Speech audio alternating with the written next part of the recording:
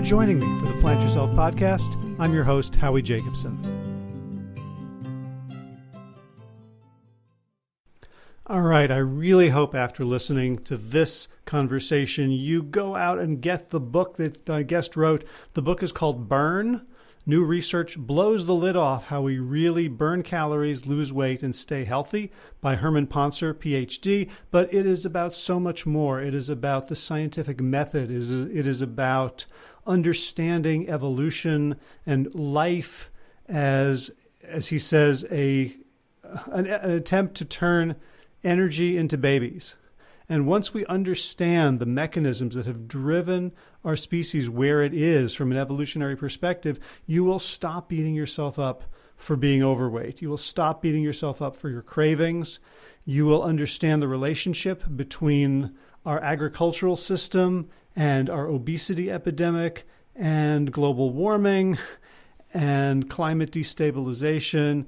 The way Herman and Dr. Pontzer thinks about these things is as a true scientist, as someone who is interested in making hypotheses and collecting evidence. And one of the things you'll notice in his book and in our conversation is how clear he is about the limits of our knowledge and what constitutes an acceptable test of a hypothesis. And if you have been immersed in the diet and nutrition world for a while, you will have encountered many, many people who are flying way over their skis in terms of theories far outstripping data, far outstripping the evidence. And that's one thing that I really got from this conversation that Dr. Pontzer will not do. So there are a bunch of questions I asked him, kind of softball questions, and his answer was, I don't know, or we don't know. We don't have that data yet. What maybe you should design the study to test that out. All I can say is the book will help you become a better human to yourself and to our entire planetary family. Interestingly, it has 4 stars on Amazon, and I looked at why, and almost all of the negative reviews say something like, well, it wasn't a really good diet book. And by that, I assume they mean it didn't give us a 7-point plan or a bunch of recipes. Instead, this is like, going and finding the world's greatest computer chip and then people rating it poorly because it doesn't have, a keyboard and monitor and mouse. Well, that's not the purpose of the chip. The chip goes into something. So whatever you want to do about your own diet for health, for longevity, for weight control, this book will give you insights that will help you. So let's get right to it without further ado. Herman Pontzer, welcome to the Plant Yourself podcast. Thanks for having me on. Looking forward to it. Yeah, so let's jump right in. I have this bad habit of assuming that everyone who's listening has already read the book, and I just want to discuss like the finer details, but we should probably start with a little bit of an overview. I kept making notes like, this is the sentence that defines the book, and I had like 30 of them. So I'm curious, like, what do you think? Like, if you had to say what the book says, what your work has said, in 30 seconds, what would be the high point for you? Sure. I think the overall arching idea is this is how metabolism actually works. This is how your body actually burns calories and all the ways that happens. And then the sort of the next layer is this is how the energy that we bring in our diet affects our bodies. And this is how the energy that we burn off with exercise affects our bodies. And understanding how those two big pieces in our daily lives interact, I think is what we spend a lot of the time in the book on. And the whole, the idea here is that we're taking an evolutionary approach to this. We're not starting off with some diet that we want to sell and then figuring out how to make everything tell that story. We're starting off with the evolutionary biology of how the human species got to be the way it is, and using that as our lens to understand these sort of big concepts in biology and in life and in diet and exercise. Yeah. So after reading the book, I have to say, like, I started looking at everything in my world in terms of energy balance. Yeah. Well, I mean, I love to say life is a game of turning energy into babies. That's from an evolutionary point of view, that's what it's all about. And if you're in a positive energy balance, you're bringing more calories in, you can do that. So your body likes to be in that state, you know. If you're in negative energy balance, you're losing energy, you're losing weight, your body hates that because, you know, it's 500 million years of animal evolution that doesn't want to be in that energy loss state. And so, yeah, it really does come down to that. I mean, that's why I got into this was, I'm not a dietitian or a clinician. I got into this questions about energy expenditure in humans and other species because I want to understand how life today got to be the way it is, especially for our species. And energy is just such a key component of that. It's this sort of through line that unites everything. That's my research agenda. That's my research program, is understanding how the body works from that kind of perspective, because I just think it's fascinating. How did you get into that when you were like studying in high school or as an undergrad? Like what led you to be so interested in this? I had no idea on earth what I wanted to do in high school with my life. And then I got to college and I took a course, a seminar in human evolution. It was a small class, and it was these two professors. One was a biological anthropologist, which means that he was interested in how evolution shaped our bodies. The other one guy was a cultural anthropologist, interested in how, you know, the culture that we live in shapes the way that we behave in ways that you don't even know. And it was great because it was a conversation between them throughout the semester about sort of culture and biology and how they interact and interplay. And it was for the students, it was eye-opening on every level, on the biology level, on the cultural level. And I was really fascinated by the biological part, the way that sort of our evolutionary past shapes our lives today. And I just thought, man, I grew up in a part of Pennsylvania that's an old coal mining town that is now a factory town. So they make pressed metal parts where I grew up in St. Mary's, Pennsylvania.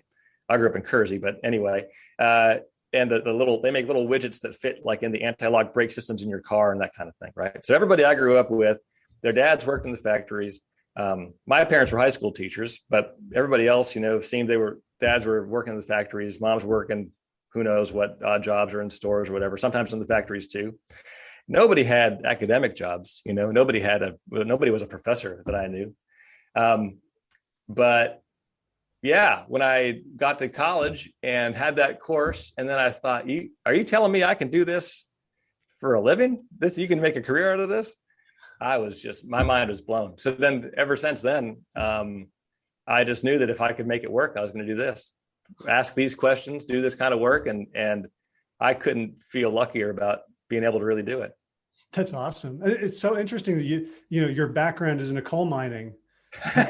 What better, the last chapter of the book kind of makes the point that energy is energy, whether we call it calories or miles per gallon or kilowatt hours. Yeah. And that all that coal was essentially going to helping people spend fewer calories with their physical bodies somewhere in the world, right? Yeah. I mean, it's crazy, right? We think about this energy economy totally separately from our internal energy, but that separation is fiction. It's total fiction, because we're using. And what's fun about that, and that was a really fun chapter to end on for me with that book and explore that, because I spent the first 8 chapters of the book talking about all the internal energy we use and diet and exercise and all the physiology, and then to say, guys, but we have to also be aware that there's a parallel track of energy expenditure that actually isn't separate from us. Ever since humans have been using fire, we've been using this external energy source to kind of to do the work that our bodies otherwise would do. So to digest our food. That's why, nobody can live on a raw food. You can live on a raw food diet, but people generally don't do well on raw food diets. And a raw food, wild food diet, I don't think is even tenable. There's no credible evidence of hunter-gatherer groups that don't cook their food, for example. So our bodies actually need a fire to do this external work of digestion so that our bodies can get enough energy out of the food that we eat. So when you realize that, and fire is 1 million and some years old, you're like, oh my God, we're actually tied to this external energy economy, to the coal mines. It isn't something that we can just decide to do or not do. We actually have to do that, have that external energy expenditure How do we do that in a way that doesn't kill us? That's the question. Right. And what got to me when I was putting this together from the book is like the energy expenditures we don't have to see them. So like I do know people who are surviving and doing quite well on raw foods diets and even kind of chubby, but they're eating lots of nuts. And so I have a pecan tree in my backyard. And for me to get processed the pecans, to get like 100 calories of pecans, takes at least 50 calories and a couple of hours. Like if you're buying bags from Costco, you're not cooking it yourself, but you're still getting the benefits of somebody's fire. Yeah, that's a really good point. Plus, your friends, I imagine, the people who do well on raw food diets, they go to supermarkets full of foods that never existed in nature, right? Because we've changed them through farming. I'm not even talking about like GMOs or anything like that. Just the act of farming for 10,000 years, 12,000 years, and selecting the varieties every generation. The farmers doing this, of course. This is what you do when you farm. Pick the fruits that are have the most meat, have the most flesh, have the most energy. And now, corn today doesn't look anything like corn looked 10,000 years ago, for example. So strawberries are completely different. It's fun. Or for that matter, the oils, right? You have to press all the oils to get all those olives or whatever to get the oils out of that. All that's energy, right? Right. And you point out in the last chapter, which is kind of scary, that, one of the pieces of evidence for a completely unsustainable agricultural system is that we spend 8 calories to get 1. Yeah, isn't that terrifying? No species could live like that forever, right? If you went into the woods and found that the squirrels or the deer or whatever had to burn 8 calories of energy just to get 1 calorie of grass or you could know right away that's not going to work. But our entire world economy is based on that, which is kind of scary. Yeah, like we're all Bernie Madoff, right? That's right. And when the check comes due is when we're going to run out of fossil fuels, which is like in 100 or maybe 150 years. Like even if you didn't care about climate change, right? This was scary for me writing the book. Even if you couldn't convince yourself to care about climate change or didn't even want to believe it was real, the reason that you need to get rid of fossil fuels in our energy portfolio is that we're going to run out of them, even by the most optimistic estimates in 100, 150 years. That's nothing. That sounds like a long time to us because we're going to be dead by then. But in the history of a species, that's a blink of an eye, and there's no guarantee that we're going to figure out what to do instead of it. So if we don't start now and work on it. Right. But let's talk at the micro level. Oh, sure. Which is where your work is getting a lot of attention. And after I read the book, I tried to explain the concepts. And I'm a pretty good explainer. And I tried to explain it to my fitness buddies, and there was tremendous resistance. But no. So the punchline for them is when we exercise, we don't burn more calories than when we don't exercise. Essentially. Yeah, So that's kind of the interesting, weird, crazy result. And so let's talk about how we get there. So we get to that really counterintuitive result by work with people who are really physically active. For me, this was work with the Hadza hunter-gatherer community in northern Tanzania. So these are traditional hunter-gatherers. They hunt wild game and gather wild plant foods, and they're getting as much physical activity in a day as a typical American gets in a week. And they have the same energy expenditures. We've measured this, and we didn't expect this at all. We've measured this using doubly labeled water, which is this really accurate technique. They have the same daily energy expenditure, same calories per day as Americans and Europeans and people in other industrialized, populations. And so you can be 5 to 10 times more physically active, and your average energy expenditure per day is no different than if you're the sedentary person. Now, that doesn't mean that day to day your energy expenditure doesn't fluctuate up and down. Of course it does. If you run a marathon tomorrow, you're going to burn more energy than if you didn't, than today when you didn't run the marathon. So it's going to fluctuate, but your body is basically adjusting the background level of expenditure to keep those fluctuations hovering around the same level, whether you're really active and so you're getting lots of exercise every day, or if you're less active and you're not. the average expenditure over the sort of week-long time frames is going to be the same, or very close. It's not, you're not going to see that that activity effect clearly at all. Mm-hmm. And this has been replicated, right? Oh yeah. Yeah. So we saw this with the Hadza community. We've seen this with other traditional communities that have really active lifestyles and have the same expenditures as everybody else. We can see this in the lab. So if we take mice or other lab animals, and we make them work harder for their food. So we have a week when they don't have a wheel to run on. And then we give the mice a wheel to run on, and we watch them get more and more active over the course of a month. By the end of that study, they're running 20,000 rotations a day on their wheel, and their daily energy expenditure is the same as it was in baseline when they didn't have access to a wheel at all. In humans, we see this when we get people in exercise programs. And so, we say, look, you're going to be in this study and you're going to exercise, the equivalent of about 20 miles a week or even 30 miles a week of running. And we're going to enforce that. We're going to make sure you're in the gym doing that work. We're going to measure it and have you there and keep track.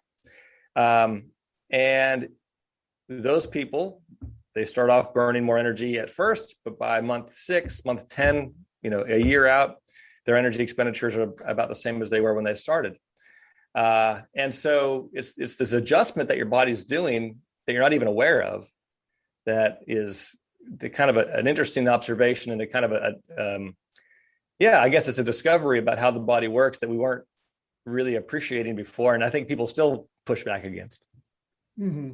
Yeah, it sort of reminds me I've read Daniel Kahneman's work on system 1 thinking and system 2 thinking. This is like system 0 thinking. The thinking that happens that has to override your brain because your brain would just mess it up. Conscious mind.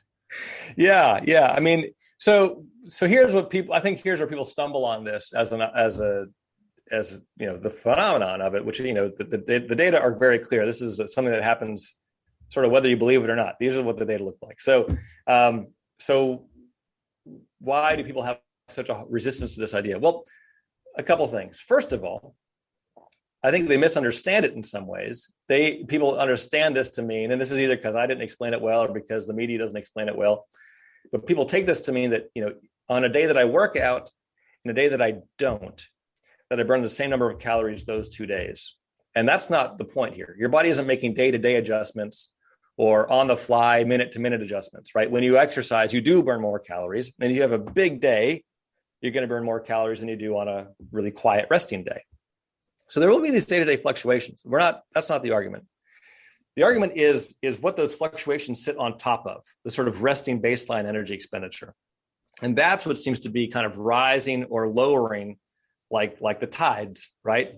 And so when you get really, really active, your body goes, oh, we're really active. And so we're going to lower all that other stuff so that we still don't, we keep the average, weekly average kind of the same as it was before we were really active. So that's the other thing that people, I think, trip on, is that there is so much of that background energy expenditure that you can easily make adjustments to that to sort of soak up and absorb this new active lifestyle that you have. And people aren't aware of that, I think, because, and this is one of the reasons I wrote the book actually, is that we're told that metabolism is all about exercise. And your body has 37 trillion cells that are all active all day. And most of your energy is burnt on things that you aren't even aware of, right? So that other piece that your activity is floating on top of is actually much bigger than the activity piece. And so adjustments there can easily absorb, long-term changes in the activity part. Right. So help me understand my own experience. So in 2016, I started working on a book with a guy who had lost 230 pounds, who had, adopted a whole food plant-based diet and become a competitive runner. Yeah. And so to work on the book, I'm like, well, I'm going to, partake. So I'm going to run a 50K. And so I went for training for 50K, which is basically 50 to 60 miles a week. Yeah. And quickly lost 20 pounds and kept it off until I injured my leg like a year and a half ago, and then Mm. the weight started creeping back up. Even like, so how does that experience fit? Sure. As an N of one into the thing. Yeah. I think there's a couple of things going on there. One is that it takes a while for your body to adjust. It doesn't adjust overnight, like I said. And so I would bet you that the weight that you lost from that really huge increase in running, what were you running before you started doing the 50 to 60 miles a week? Like very little. Yeah. Okay. So I you would went stop from for 20 minutes and walk for half of it because I was convincing sure. myself that I should. Okay. So you're going from kind of literally 0 to 60 here, right? Yeah. Overnight. Well, a couple of things. First of all, it's going to take a couple months for your body to adjust. So I would predict, and you can tell me if I'm wrong, this is like the 20 questions, but I would predict that almost all the weight you lost in the first 2 or 3 months. Yeah. Is that true? Or was it a continuous glide path? Yeah, no. By the time I ran the 50, I started in May. By the time I ran the 50K in October, I was willing to take my shirt off for photos. And you were already at that flat line probably, right? You probably already basically plateaued. Yeah. And you kept that weight. So in the adjustment period, your body was burning more calories at first to the 60 miles a day. And you probably were you must have been a negative energy balance. That's the only way that weight loss happens. And so, and then your body adjusted. And by October, your body was like, okay, this is what we do. We're this active, right? Uh-huh.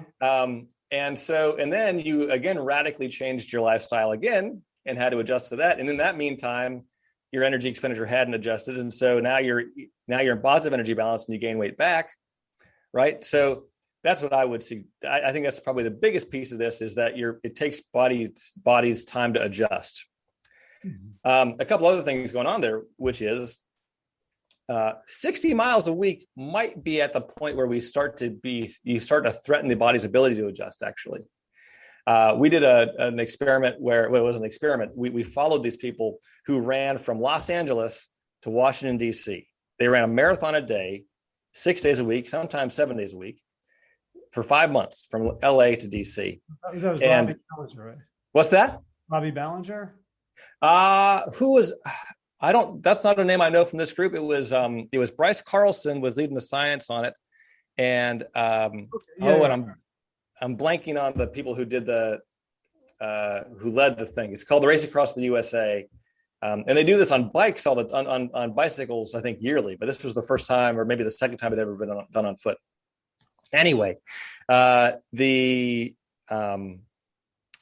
folks, so a marathon is about 2,500 to 3,000 calories just for the marathon. And you add that on top of the 25 to 3,000 calories you're already burning each day, just normally. That's your body can't adjust to that. That's beyond. If you can run a marathon a day, that's beyond where your body can adjust. So now we're pushing beyond this constrained model where your body is able to absorb that much. So that's 26 times 6 is 180 some miles. That's more than you were doing at 60 miles a week. But even 60 miles a week might be threatening where you were able to adjust. Gotcha. So I think there's a couple pieces there. I think you were right at the limits of your body's ability to adjust. I think you were saw all the weight loss early before your body had adjusted. And then on the flip side of that, saw the weight change again after your body was injured. That's my prediction. One question there would be, why did you get injured? Was it an overuse injury? I think so. I think it's like I've always had sort of a wonky knee. But the other thing I'll say is after every race of marathon or greater distance, I get sick a week later. And I think I'm beginning to understand that now after reading the book when about energy and where the energy gets taken from.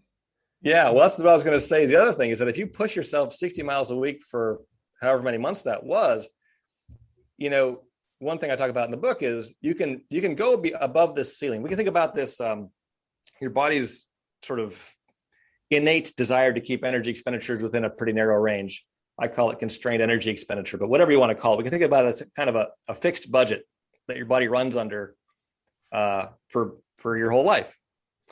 Now you can deficit spend, right? You can go above that ceiling. You can go above that fixed budget for a while. And so people who run a 100-mile Western States ultramarathon or a Kona Ironman or the Tour de France, which is happening soon. Is it happening right? No, it's happening right now. I don't know what stage we're in. Those athletes are definitely above whatever that fixed energy budget is. But they, just like any other fixed budget situation, they can't do it forever. They can't deficit spend forever. They're going to come back down. And where you hit, where it like, when the bill comes due, how quickly that happens depends on how high above your fixed budget you are. And so it might have been that you were doing fairly well above your, like at or near your fixed budget for a while, and it felt fine. And you didn't know the bill's coming due in whatever it was, 10 months, 12 months, but it did. And that's when your body was like, yeah, we can't repair anymore. We're done. And yeah, it didn't make any sense in the sort of old machine model that I was operating under, in which, I'm just going to burn fat, because I was never, I got lean, but I never got cut. I never got like 8%, 6%, Instagram. Right. Yeah. And I'll just keep burning fat. But like, I love your evolutionary model of that the hypothalamus is the business manager. That's right. That you have to, that if you're exercising a lot, then it takes energy away from other systems. Yeah, that's right. So again, you got your energy on exercise that's kind of fluctuating on top of this other stuff. Well, what's the other stuff? It's immune system, it's reproductive system, it's stress reactivity, it's your nervous system, which has to keep its ion balances right to keep your nerves firing. All this stuff costs a lot of energy, and some of it's, not all of it, but some of it's kind of optional. So inflammation, for example, this quick inflammation response or this really high stress reactivity response is optional. You don't have to do that, and your body can begin to cut away at those things when you exercise, which is one of the reasons exercise is so good for you, which I want to stress. We're not saying don't exercise, but exercise, because of the way it kind of helps you regulate your energy budget. That's actually one of the reasons to do it. Now, if you're spending too much energy on exercise and you don't have enough energy for repair and and immune function and all that stuff, now you're in trouble. So that's the other side. That's the kind of the dark side of these trade-offs, is if you push it too far, you get into overtraining syndrome, that kind of stuff. Right.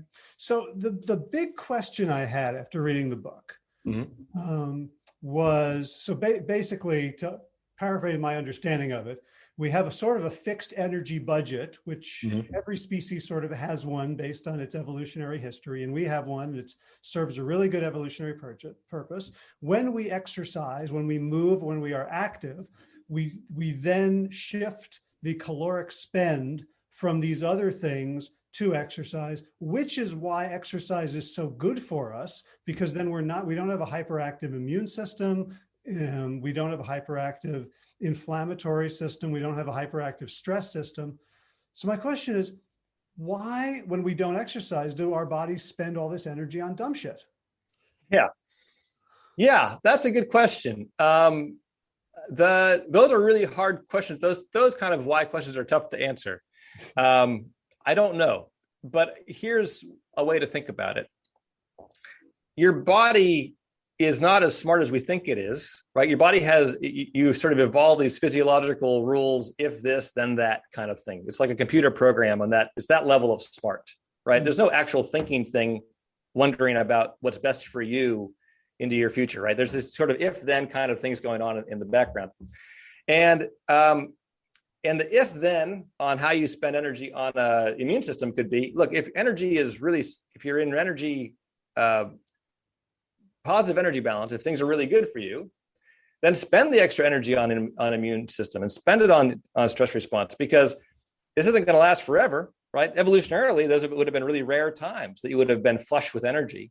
Usually you're working your butt off and food's hard to get. So, in the food good times, you spend that energy when you can, but that's going to be the first expense to go when things get back to normal.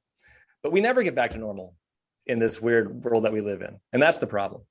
Okay. Because I did have a theory, and it veers into evolutionary psychology, which I'm hoping you don't hold much stock in.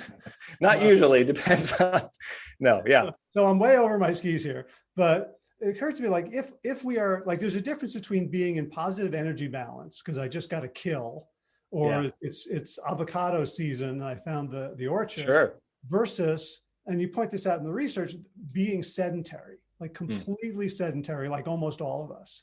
And my thought was, maybe the brain goes, oh, I'm completely sedentary. That must mean I'm injured, I'm sick, and therefore those evolutionary responses would make sense. Is there any, like, anything? Yeah, I don't know. So an interesting piece about that is that the kind of behavior that we all are familiar with from having the flu, which is you just want to curl up and sleep, that behavior is kind of understudied, and it does seem to be kind of an evolved response. You get away from people, you stop eating, and you just kind of wait it out the illness. Could that, on the flip side, be how your body's responding to the sedentary behavior? I don't know. I'm skeptical, but the science is not short on interesting hypotheses. We're short on good, solid tests. So I look forward to your test of it. It's an interesting idea. No, I was just going to throw it to you. Yeah, no, I don't know. I don't know. Before you embrace the cool explanation, which is what we all want to do, of course, you have to test all the boring ones and show that they don't work, right? So I don't know. That's what I love about the book so much, that it's so, like, when people are like arguing, because everybody argues about metabolism and exercise and nutrition and diet and health, and it's so tempting to create these stories. Yeah. Everybody's stories are good. Like I remember reading Wheat Belly and thinking, wow, that makes so much sense. Right. Mm-hmm. And then, it's like, well, how can everybody be right? Well, everyone's got a different baseline metaphor. And, so when Gary Taubes, who's one of the best, storytellers. When he puts it to the test, the data don't line up. Yeah, that's right. And then, he goes on interesting, explanatory tours, apology tours for the model. Right. And, the data don't fit because they didn't do the study quite right, or they didn't, it wasn't long enough, or, whatever. And at some point, this is what separates people who are doing the science from people like Gary. I think I want to start off by saying, I think Gary has good intentions with this, wants to get people healthy, and that's great. And people do have good outcomes on low carb diets often, not for the reasons Gary argues, I don't think, but when you start walking away from the data and saying, well, I don't care what your study says, I don't believe it, I don't believe not just one data point, but I don't believe this whole constellation of studies that don't support the model, I think all the studies are wrong and I like my idea. No, sorry, that's not science anymore. That's just belief. Are you seeing any evidence or any labs doing work that are trying to disprove your theories? Is there still sort of room for sort of interesting debate, or is at this point, is it just sort of cults? No. I mean, I think there's a couple of things that we haven't figured out yet. I mean, this is a new idea, relatively speaking, and it's going to take a long time to kind of, have it. What has to happen in science is you have a new idea. People don't believe it at first, and that's fine. And then you get enough observations of the same thing, and you say, look, this is a real thing that we have to take seriously. And I think this is where we're at right now. Now let's figure out why it's happening and figure out all the sort of the parameters on this thing. And I think we're at that stage now. And there are people who are going to say, look, we had these people exercising for a few months and their energy expenditures did go up. Okay, well, that's interesting. What was it about that group that didn't fit the overall scheme of what we see? We don't know those details yet. What makes people more or less likely to sort of compensate faster or slower or more or less? Exactly what is it that's happening internally at the cellular level with this compensation? We're talking kind of casually about your immune system getting turned down or stress reactivity getting turned down, but those are whole cellular pathways that have to, there are predictions to be made there about what happens, and that you got to show that. You can't just, the evidence is there in terms of, the epidemiological evidence, but where can we actually pin down the pathways? So yeah, people are pushing back in a good way. It's been really fun to have those debates. People are skeptical, and they should be. They should be skeptical of everything, but I think we're kind of pinning down exactly the sort of shape of this thing, and how wide, how, if the budget is fixed, how fixed is it, and exactly how is it that you meet that fixed budget? Those are the next set of questions. Mm-hmm. Gotcha. So one of the things that I loved was sort of the evolutionary explanation of like this hominin experiment, and then how we diverged from the great apes. And so you talk about like you're 300 in dog years, and and the humans are like, we are the outliers. It's not the dogs, right? That's everybody else ages quickly, except for like us and sea turtles. Yeah. Us and sea turtles, other primates are pretty slow. That's right. So there's these two big things that happened evolutionarily that have sort of parked us where we are in the world of in the tree of life right now. One is that around 50 or 60 million years ago, when primates got their start. So primates are this group of mammals that we belong to. So apes and humans and monkeys and lorises and lemurs. Something must have happened there that changed their metabolic physiology really kind of significantly, because when we measure all primates today, including us, all primates are burning half the energy that you'd expect for a mammal of that body size. Okay, so we look, humans, let's say you have a 150-pound person, average energy expenditure for a 150-pound person might be 2,500 calories a day, something like that. We go to 100-pound antelope or carnivore or anything like that in the wild, and they're burning 5,000 calories a day, right? Twice as much as us. So, and then not just humans, all primates are shifted low. And that's, we think, why we grow so slowly, right? I've got a 15-year-old dog. Love that dog. But, I hope she lives forever. But realistically, she's at the end of her life, probably 15 years old. That's all really old for a dog. And, here I am in my 40s, and I hope I'm only middle-aged, and so we live really slowly. All the animals are fast. And we think it's that slow life is because of our slow metabolisms, we think.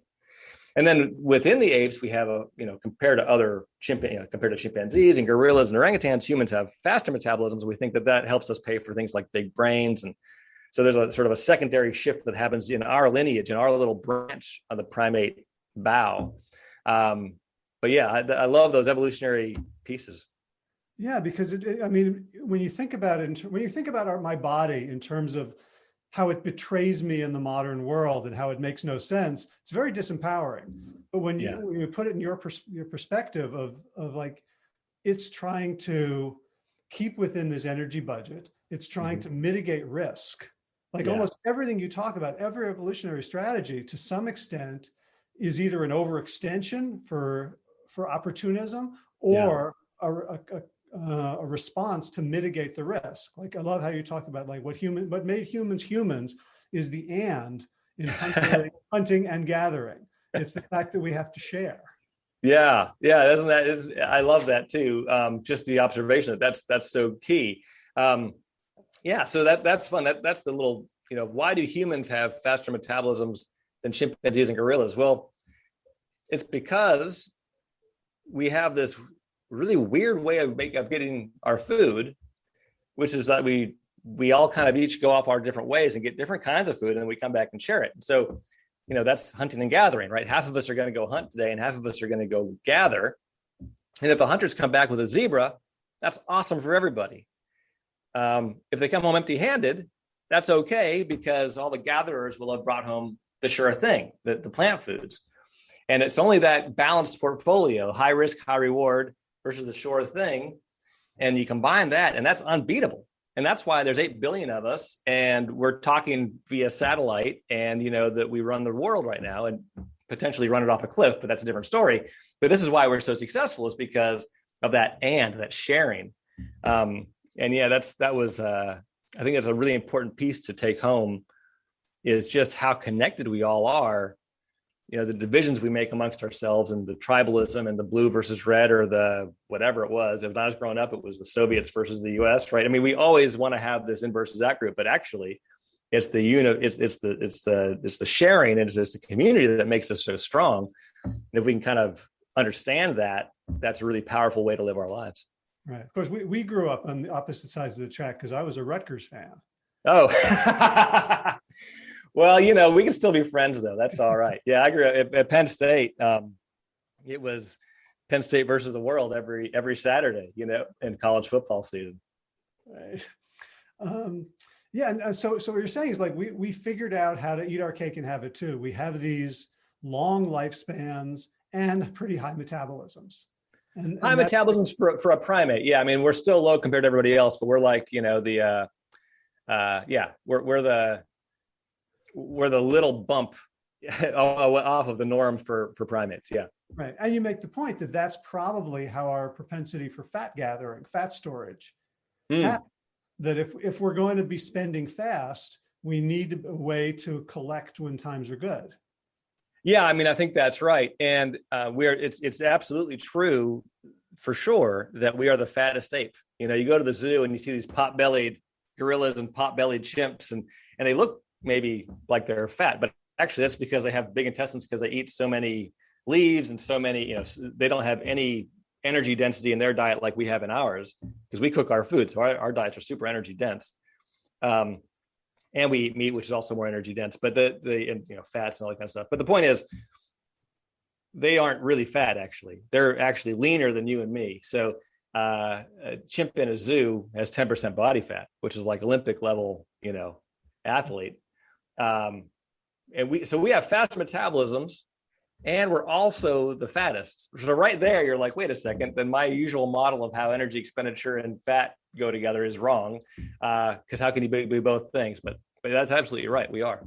So I had a question about that because, our cats and dogs could become obese. And I'm wondering if we, no IRB would let you do this study to feed, apes and zoos the way we feed ourselves. No, you can actually. So you're right that no IRB would do it, but it's been done. So if you go, there are famous cases in this, in the ape sanctuary and zoo world of really obese apes, and it doesn't happen very often. But inevitably, when it happens, it's because they're being fed, human foods. The vast diversity of foods. They get. There's all these. It's interesting stories, but they're all kind of case studies. But you get these apes that kind of get really friendly with their handlers, and their handlers they love them and they want to do nice things for them, and so they do what they would do for their for their human friends, and they bring them cake, and they bring them whatever they love, high energy human foods, and they just they can't resist, and they get fat the same way we get fat. So one more sort of, I have a specific question from the person who actually turned me on to your work, who told me to listen to your amazing conversation with Robin Chatterjee. So the problem with losing weight is if we exercise to lose weight, we're going to reduce other caloric expenditure, and we're also going to start, eating more, because if you're more active, you eat more. And if we try to diet, which, you call like this, metabolic restriction, then the hypothalamus tones down the thyroid gland, and it sends our brain into paroxysms of ecstasy every time you see a calorie, right? So it's like, we're fucked. So has there been research on what is the caloric deficit that can lead to sustained weight loss that doesn't trigger the body into going to emergency mode? Yeah, there needs to be more. There's not a ton of work on sort of what that tipping point is, at least not that I'm aware of. But it's hard to track calories anyhow. So if you're going to kind of take this home and try to use this is what you should be using as your guide. You should be eating a diet that fills you up so you don't feel like you're starving. If you feel like you're starving, probably those mechanisms are kicking in.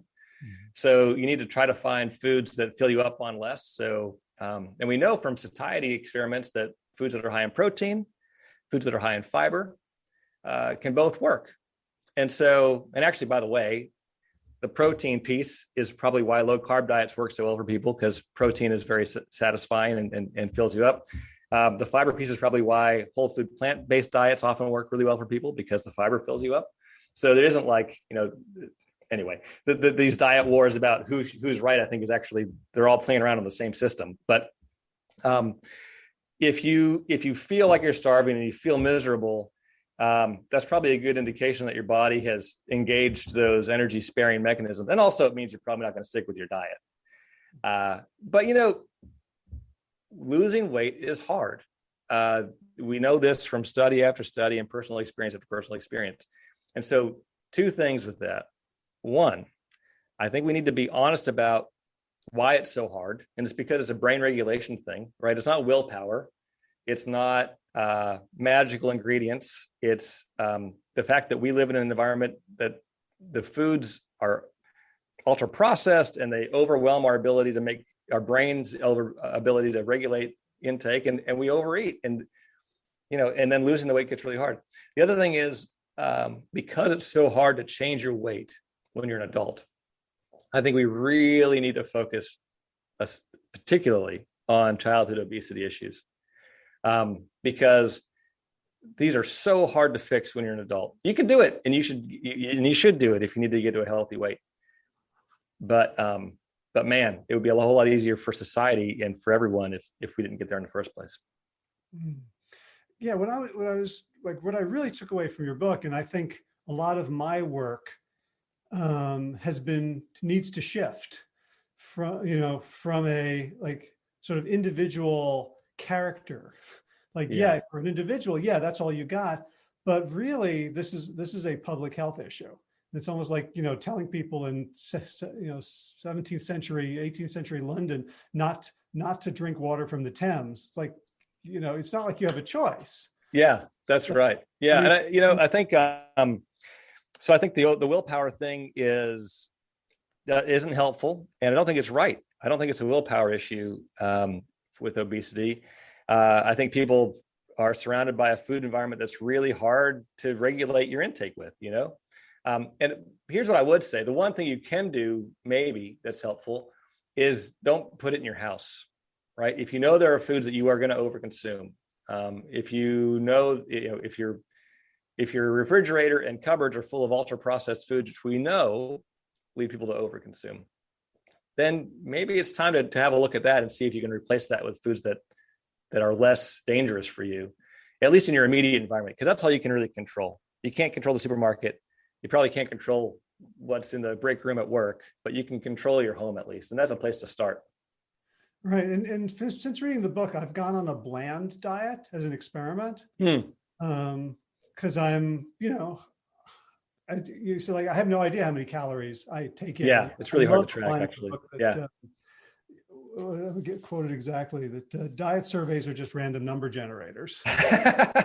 Yeah, that's pretty much true. Yep. And so I found that even though okay, so I'm having, tofu and tempeh and vegetables and whole grains, I'm still salting them. I'm still using sauces like sriracha that have sugar in them. And I went no salt, no sugar. Oh, wow. And food's kind of honestly pretty bland. I'm doing Mrs. Dash with lemon oil and nutritional yeast and garlic powder and stuff and fresh ginger. It's still bland. And I can tell I'm not eating for kicks. Yeah, that's interesting. And have you seen the number on the bathroom scale change? Yeah, about 7 pounds in a week and a half. Oh my gosh. Wow. And do you feel less full than you did before, or is it the same kind of satiety, but you're just eating less to get there? I feel as satisfied, but I don't feel as full. Oh, that's interesting. I don't one of the meals I'm having is potatoes. I boil a bunch of potatoes, put them in the fridge. Next day, eat a potato. I was putting mustard on them, and then I realized the mustard has salt, so now I'm not even doing that. Wow. Yeah. And after 3, I'm like, oh, that's enough. Yeah. If I had sort of air fried them with some sort of crispy French fried spice. Oh, this is so good. Like I would eat. Oh yeah, of course. Yeah. Faster.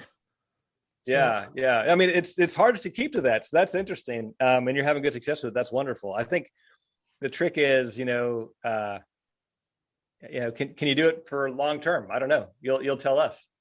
yeah, well, I mean, I already shifted from sort of processed, like I don't have processed food. So I think Oh, that's there's great. an intellectual shift you can make to say, Yeah. these things are not food in the same way the Hadza will not eat snakes. That's right. That's right. And I mean, that's why these really dramatic, I mean, that's why the low carb diets work. You basically take half the menu and say, nope, I can't eat that. Well, like you say, food is actually kind of bland, unless you put all these kind of exotic spices on it. So even if you are just going to eat steak, well, how much steak can you eat before you're done? You're not, Right. It's like eating potatoes or eating anything. I mean, if you don't have the big crazy mix and match of the modern diet, especially with the processing, but even, then you're not going to eat as much. You just won't. Mm-hmm. So in the couple minutes we have left, if you were sort of dictator and you could like change laws, Yeah. Since individual behavior is so hard to deal with, what do you recommend? You're part of the Duke Global Health Initiative. What do you recommend as policy to help humanity, not get sick and die of metabolic disease and not kill ourselves through climate disaster? Okay. I'll do the climate one second. Let's do the obesity thing first.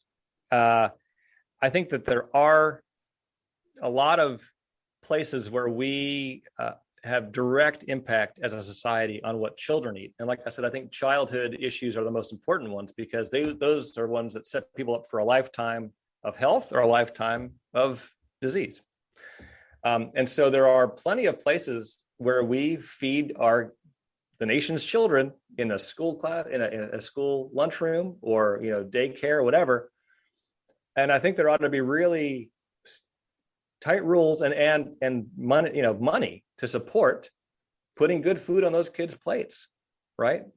School cafeteria lunches are all over the place in terms of quality.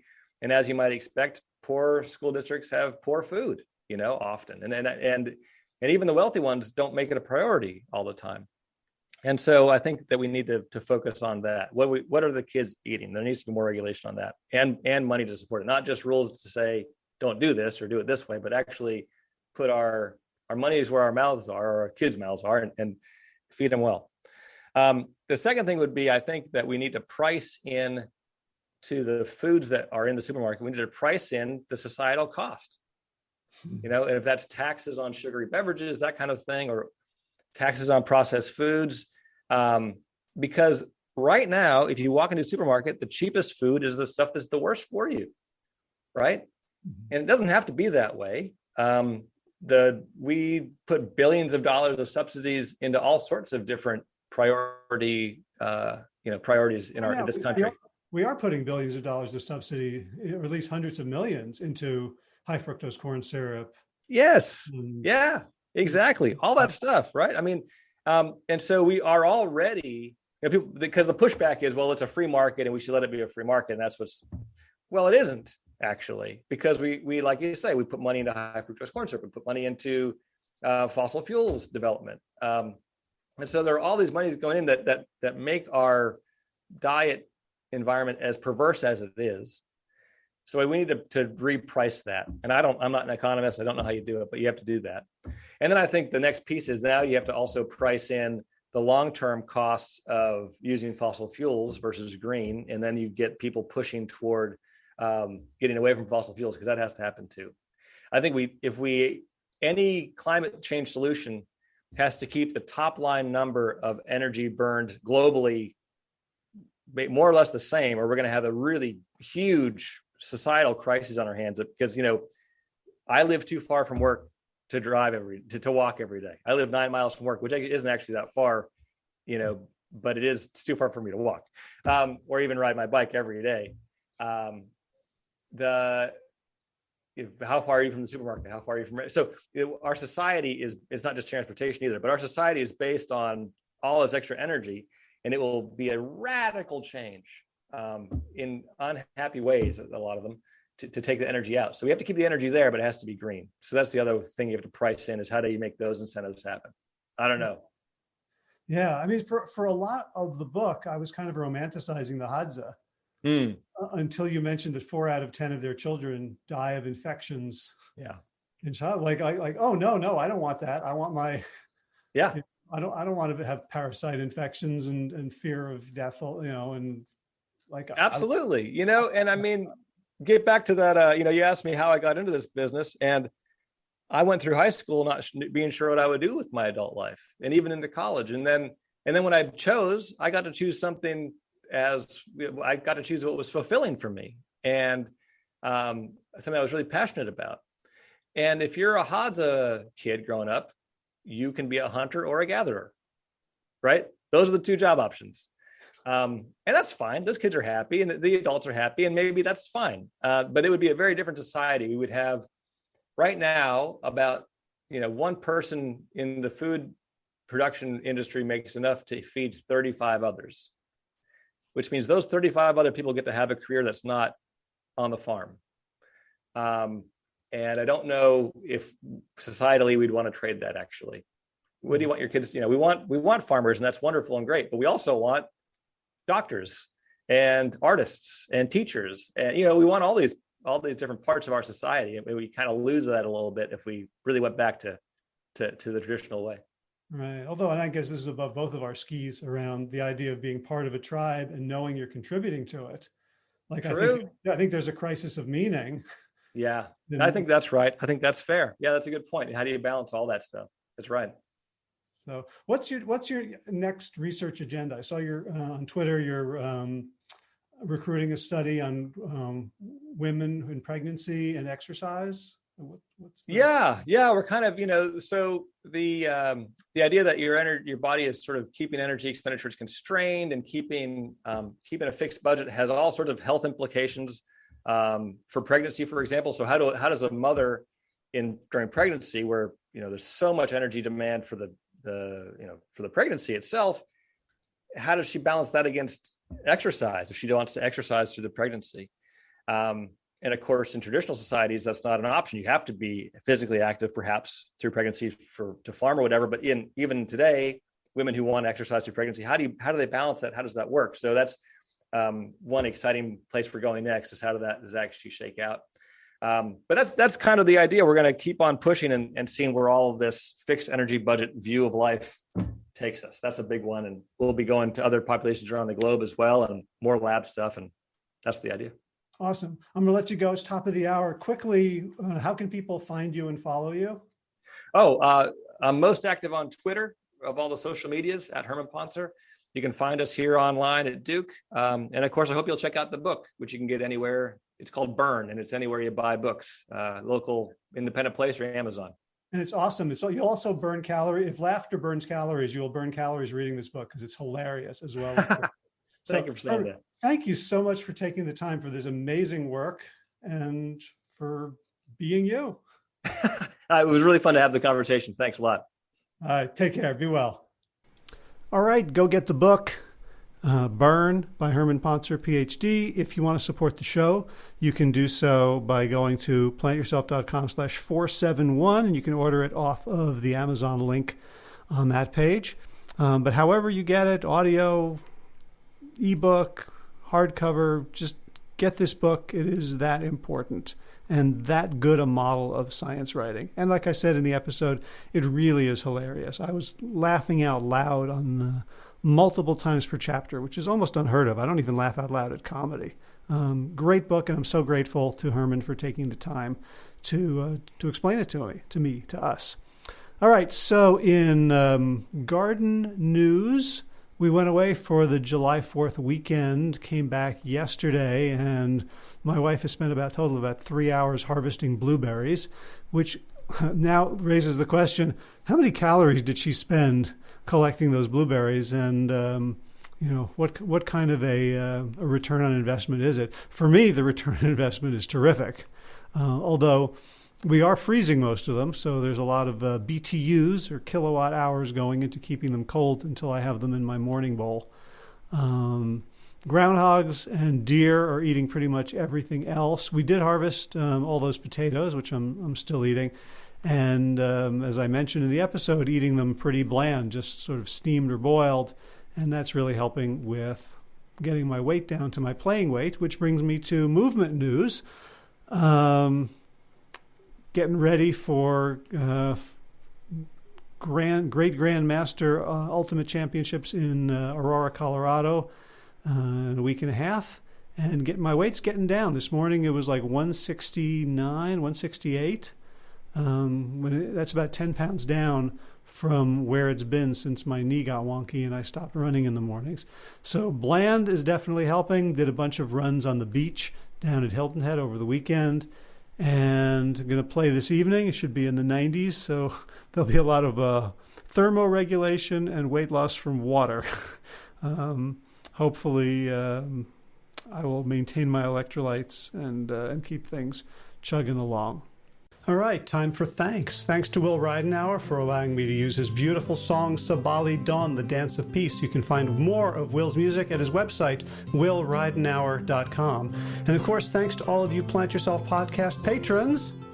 Kim Harrison, Lynn McClellan, Brittany Porter, Dominic Maurer, Barbara Whitney, Tammy Black, Amy Good, Amanda Hatherley, Mary Jane Wheeler, Ellen Kennelly, Melissa Cobb, Rachel Behrens, Tina Scharf, Tina Ahern, Jen Filikanovsky, David Bizek, The Mysterious Michelle X, Elsbeth Feldman, Leah Stoller, Alan Christensen, Colleen Peck, Michelle Landry, Josina, Sarah Durkis, Kelly Cameron, Janet Selby, Claire Adams, Tom Franzek, Jeanette Bennett, Gila Sert, David Donahue, Blair Cyber, Dorona Vizov, Gio and Carolyn Argentati, Jody Friesner, Misha Rosen, Michael Warbeck, Aviva Lael, Alicia Lemus, Val Linneman, Nick Harper, Bandana Charlie, Molly Levine, The Inscrutable Harry R., Susan Laverty, The Panda Vegan, Craig Kovic, Adam Scharf, Karen Burry, Heather Morgan, Nigel Davies, Marion Blum, Teresa Koppel, Julian Watkins, Breed O'Connell, Sharon Hirschman, Linda Ayad, Holm Hedegaard, Isa Tuzinwa, Connie Hainline, Aaron Greer, Alicia Davis, Heather O'Connor, Carolyn Jensen, Sherry Olakoski of Plant Powered for Health, Karen Smith, Scott Morani, Karen and Joe Crabtree, Kirby Burton, Teresa Carell, Kevin McCauley, Elizabeth Rothschild, Ann Jesse, Cheryl Dwyer, Jenny Hazelton, Peter W. Evans, Dennis Bird, Darby Kelly, Laurie Fanny, Linnea Lundquist, Emily Iconelli, Levy Wallach, Rosamund McAtee, Dan Picorni, Stephen Leenan, Patty DiMartino, Mike and Donna Kartz, Deanne Bishop, Bilberry Elf, Marjorie Lewis, Tricia Adams, Nancy Sheldon, Lindsay Bayshore, Gunmarit Hagen, Tracy Gullidge, Laura Heaton, Meg from Mama Says, Stacey Stokes, Ben Savage, Michael Kay, David Hughes, Connie Rogers, Claire England, Sally Robertson, Paranganchi, Amy Daly, Brian Tourville, Mark Jeffrey Johnson, Josie Dempsey, Karen Schmidt, Pamela Hayden, Emily Perryman, Allison Corbett, Richard Stone, Lauren Vaught of Edible Musings, Aaron Hasty, Sean Owen, Sagar Naik, Erica Piedra, Danielle Roberts, Michael Lushton, Sarah Johnson, Catherine Floyd, for your generous support of the podcast. That's it for now. As always, be well, my friends.